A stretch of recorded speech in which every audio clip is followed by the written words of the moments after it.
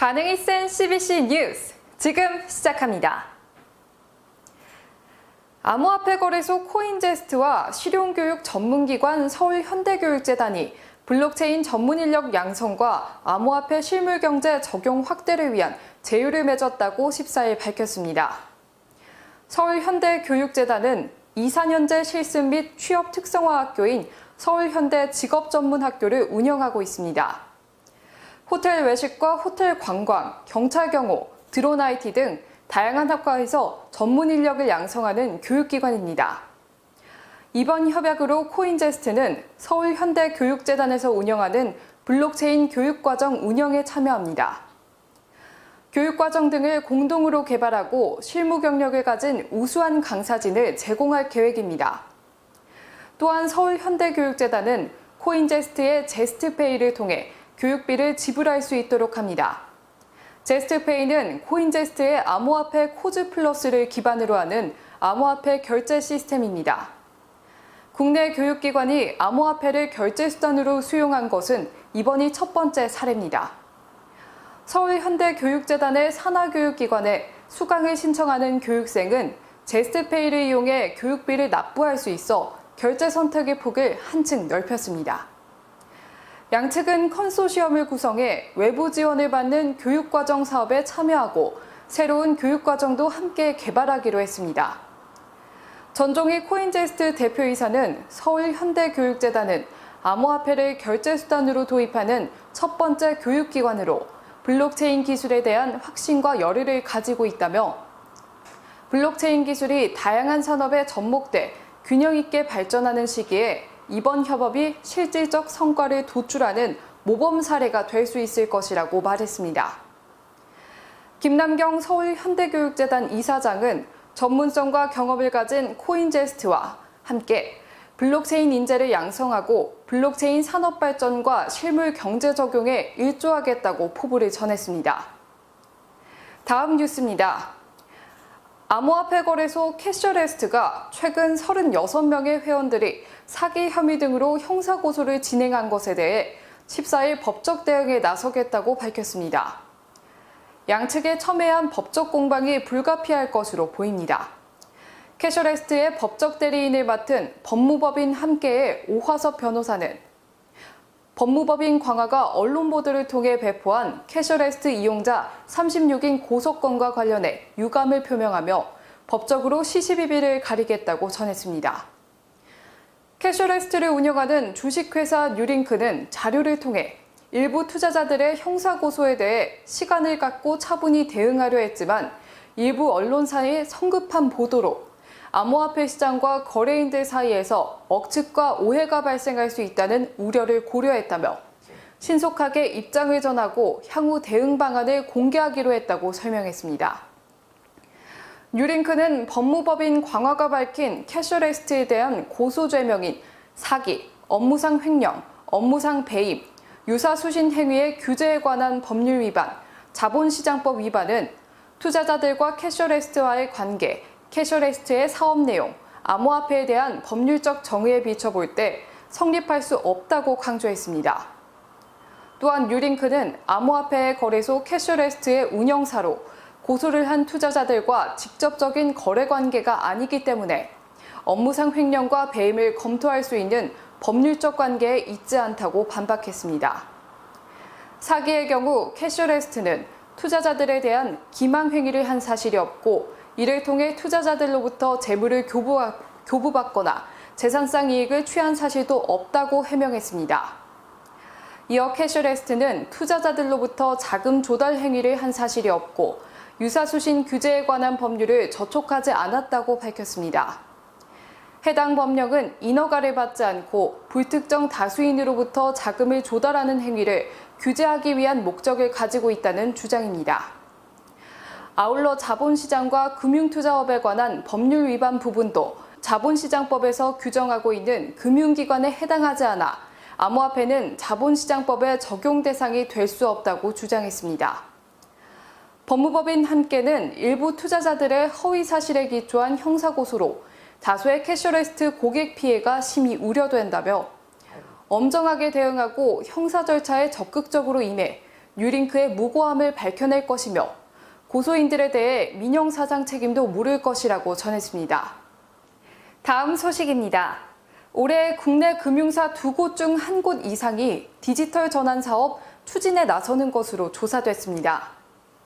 사업별로는 인공지능 서비스 도입이 1위를 차지했고 로봇 자동화 프로세스 등 내부 업무 절차 자동화와 빅데이터 플랫폼 구축 등이 있습니다. 금융감독원은 14일 국내 금융사 디지털 전환 추진 현황 결과를 발표했습니다. 해당 조사는 지난 3월 국내 금융사 108곳을 대상으로 이뤄졌습니다. 디지털 전환 전담 조직을 비롯한 전문 인력 확보 방안, 디지털 전환 사업 추진, 계획 현황 등의 내용을 담고 있습니다.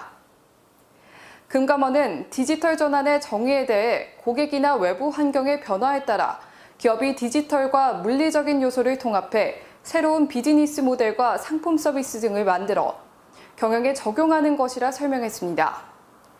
조사 결과 은행 카드사, 대형 보험증권사 등 108개 국내 금융사 중 71개사가 디지털 전환을 추진하고 있었습니다. 조사 대상 108개사 중 58.3%인 63개사는 디지털 전담 조직을 설치하고 평균 56.4명의 전문 인력을 배치하고 있습니다. 이 중 36개사는 디지털 전담 조직의 책임자를 임원으로 두고 있었습니다. 업권별로 보면 은행과 카드 권역의 전담 조직 설치 비율이 보험증권보다 높았습니다. 은행은 17곳 중 16곳이며 카드 등 8곳 모두 디지털 전담 조직을 둘 정도로 핵심 사업으로 보고 있습니다. 다만 보험은 41곳 중 전담 조직을 둔 곳이 25곳이며 증권은 42곳 중 14곳에 그쳐 중요도가 덜하다는 인상을 주고 있습니다. 전담 조직 평균 인력수는 카드가 107명으로 가장 많았고 은행, 증권, 보험 등의 순이었습니다.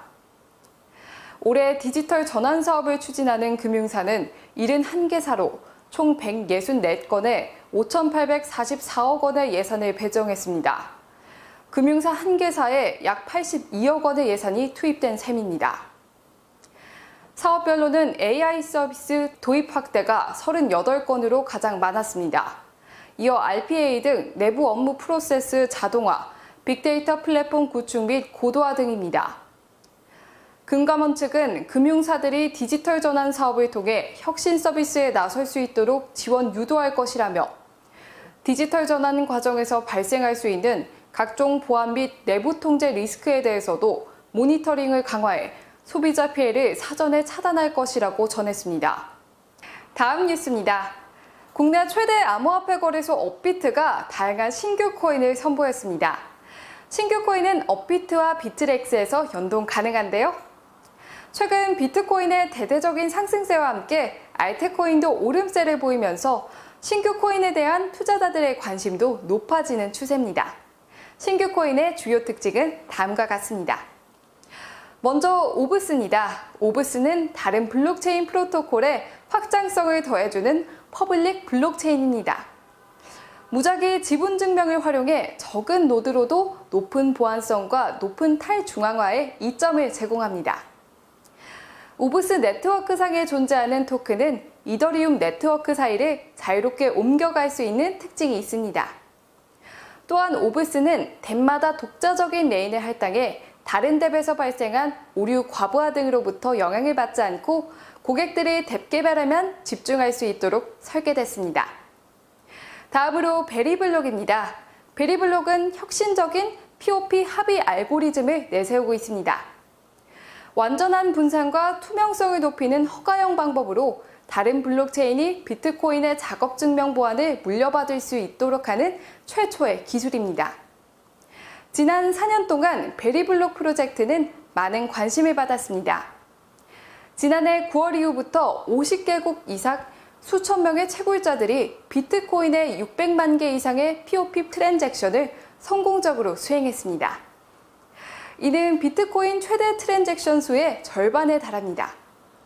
다음으로 디시전 토큰이 있는데요. 디시전 토큰은 블록체인 기반 투표 및 의사결정 플랫폼인 호라이즌 스테이트에서 사용되는 화폐입니다. 호라이즌 스테이트는 투표자 신원이 보호되고 결과의 무결성이 보장되는 안전하고 해킹이 불가능한 투표 시스템입니다. 투표자는 투명하고 공개적으로 원장을 이용할 수 있으며 투표자의 신분은 익명으로 보장됩니다. 또한 전 세계 모든 이들이 투표를 집계할 권한을 가지고 있어 신뢰성을 보장하고 결과의 위변조를 방지합니다. 그 다음으로 아르고를 들 수 있는데요. 아르고는 퍼블릭과 프라이빗 블록체인 각각의 장점을 활용한 하이브리드 블록체인입니다. 아르고는 프라이빗 블록체인을 퍼블릭 블록체인에 연결하길 원하는 기업들에게 블록체인 솔루션을 제공합니다. 빠른 성능과 안정성, 쉬운 사용성을 두루 갖춘 퍼블릭 블록체인을 중심으로 구축된 분산형 생태계를 지향하는데요. 개발 친화적인 환경을 제공해 기업들에게 퍼블릭 인프라에서 덱을 개발하고 운영할 수 있도록 지원하고 있습니다. 마지막으로 P체인이 있습니다. P체인은 EVM을 지원하는 세계 최초의 멀티체인 시스템입니다. 하나의 메인 체인과 여러 개의 파생 체인으로 구성됩니다. PDB-FT라는 PBFT에서 더 발전한 자체 합의 알고리즘을 활용해 중앙화 문제를 해소하면서 거래 수수료를 절감할 수 있습니다. 또한 대형 용량과 트래픽의 애플리케이션을 손쉽게 구축할 수 있습니다. P체인의 스마트 컨트랙트에서 제공하는 툴킷을 활용해 BCH, ERC20 등 논네이티브 체인에 쉽게 마지막 소식입니다. 국내 최대 게임 업체인 넥슨의 인수전이 난항에 빠진 모습인데요. 15일 관련 업계에 따르면 넥슨의 매각 주관사인 도이체방크와 모건 스탠리는 당초 이달 열릴 본 입찰을 연기했습니다. 지난달에 이어 또다시 최종 인수 후보 선정 계획이 무산돼 이해관계가 첨예하게 갈리는 것으로 추정됩니다. 앞서 도이체방크와 모건 스탠리는 지난 2월 투자 의향서를 제출한 카카오와 텐센트 컨소시엄, 사모펀드인 MBK 파트너스와 콜버그 크레비스 로버츠, 베인캐피털 등 5개사를 적격 예비 인수 후보로 지정한 바 있습니다. 업계는 텐센트와 넷마블, 카카오의 3파전으로 압축될 것으로 보고 있는데요. 아마존과 일렉트로닉 아츠까지 인수전에 가세한다는 깜짝 소식이 전해지기도 했지만 인수 후보에 이름을 올리진 않았습니다. 관련 업계는 텐센트 컨소시엄에 손을 들어주고 있습니다. 중국 1위 게임 업체라는 지위에서 볼 수 있듯 넉넉한 실탄이 가장 큰 경쟁력인데요.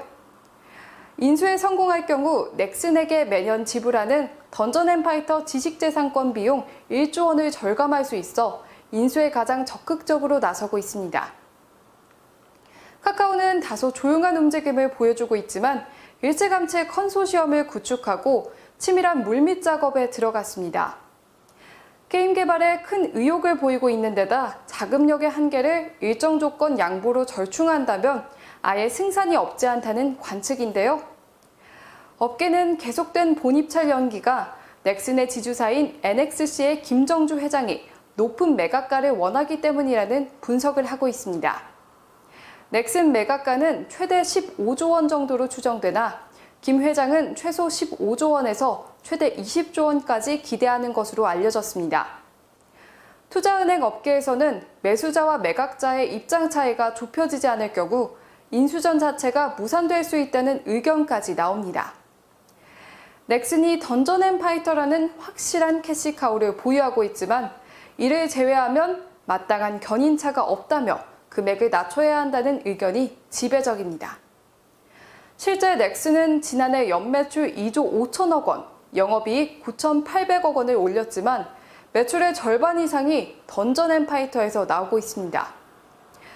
여기에 넥슨이 대대적 투자에 나선 트라하가 흥행에 주춤하고 있는 데다 최근 글로벌 이슈로 부각된 세계보건기구의 게임질병 코드 등재, 중국 판호 발급의 지연 등도 가격 하향의 근거로 작용하고 있습니다. 넥슨 지주사인 NXC는 넥슨을 제외하고 암호화폐 거래소인 코빗, 비트스탬프와 프리미엄 유모차 스토케 등을 보유하고 있으나 매출 볼륨이 낮은 데다 확실한 수입을 담보하기 힘든 형편입니다. 익명을 요구한 업계 한 관계자는 가격을 높이고 싶다면 넥슨의 미래 성장성을 보여줘야 하나, 던전앤파이터 의존도가 심하고 신작 게임들도 뚜렷한 성과를 내지 못하는 상황이라며 외부 악재까지 산재한 마당에 좋은 조건으로 매각이 성사되기 힘든 타이밍으로 매각 계획을 접을 가능성이 높다고 말했습니다. 이것으로 11시 라이브 뉴스 마칩니다. 구독과 좋아요 부탁드립니다. 지금까지 CBC 뉴스 이유정이었습니다.